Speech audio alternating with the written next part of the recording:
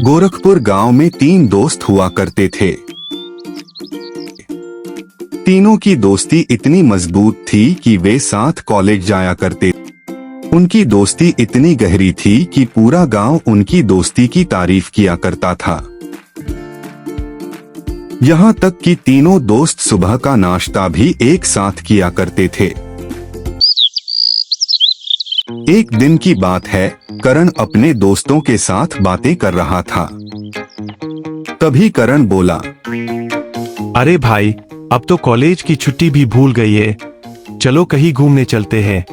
तभी राहुल बोला, अरे हाँ भाई, अब तो गांव भी बोरिंग सा लग रहा है, चलो यार कहीं घूमने चलते हैं। मेरे पास एक आइडिया है। हमारे गांव से 5 किलोमीटर दूर एक घना जंगल है, उसमें हम पिकनिक मनाने चलते हैं। तभी रमेश बोला, अरे भाई, मैं नहीं जाऊंगा वहाँ। वह बहुत ही घना जंगल है और वहाँ जंगली जानवर भी होते हैं।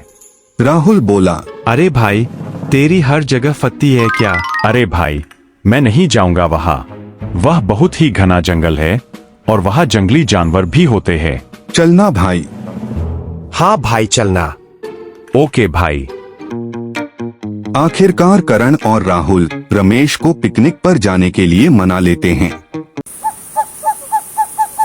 तीनों दोस्त पिकनिक पर पहुंच जाते हैं। रात का समय था। तीनों अपना कैंप फायर जलाकर उसके पास बैठ जाते हैं। ठंडी हवा चल रही थी और तीनों के हाथ में बोतल थी।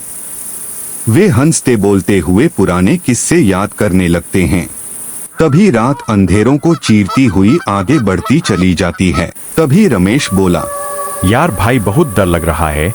यहाँ तो जंगली जानवरों की आवाजें आ रही है। भाई, ये जंगल है, तेरा गांव नहीं।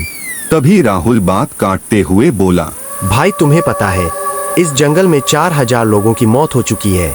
अरे क्यों डरा रहा है यार, तू बस भी कर। अब बेचारा रमेश तो हार्ट अटैक से ही मर जाएगा यार।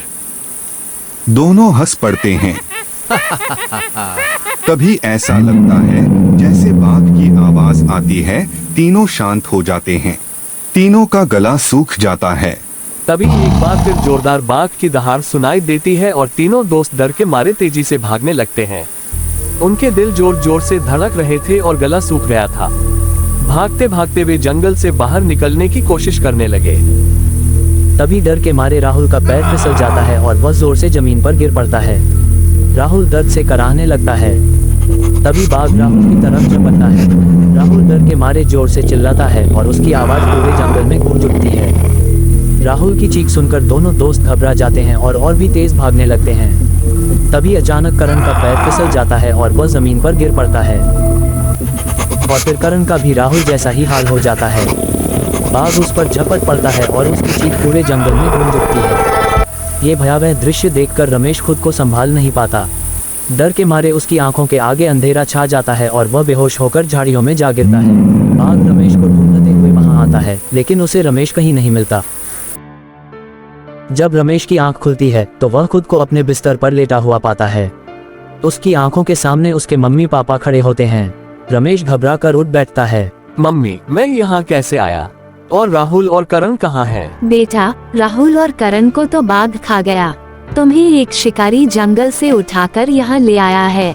ये बात सुनकर रमेश के पैरों तले जमीन खिसक जाती है। उसे अपनी गलती का बहुत पछतावा होता है। वह सोचने लगता है कि अगर वे उस दिन जंगल में न गए होते तो ये सब कभी नहीं होता। रमेश को अपने दोस्तों की मौत और अपनी गलती पर बहुत दुख होता है।